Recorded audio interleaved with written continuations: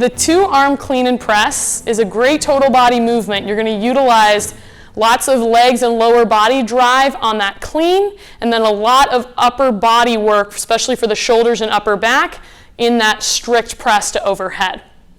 So for your clean, you can utilize either a hinge-based clean or a pendulum-based clean.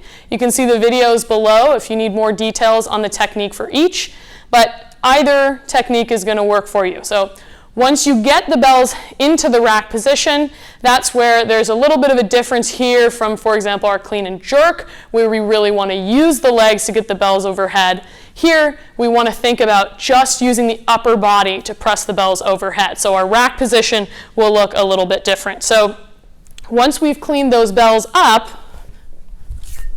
in our rack position, I'm going to keep my elbow slightly elevated off my body, as opposed to finding more of my relaxed rack position like I would for a clean and jerk. I'm going to keep my elbows slightly elevated, make sure I'm nice and tall, lats packed down, core tight, glutes tight, and then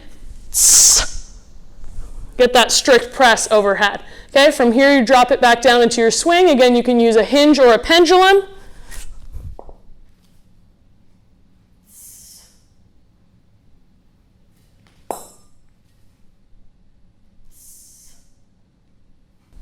So for our setup on our clean to press, since we have 2 bells, especially if they're competition bells, you might need a little bit more width from your feet to allow the bells to come through. So when the bells are right next to each other, feet a little bit wider than that. As the bells come down, you can always bring the knees out just a little bit if you are afraid of hitting your knees or you need a little more space for the bells to come through. So from that width, you'll set yourself up. Going for your double clean, I'm going to use a hinge-based clean, but you can use a hinge or a pendulum clean. From here, elbows slightly off the body, push the shoulders down, squeeze your glutes and your core.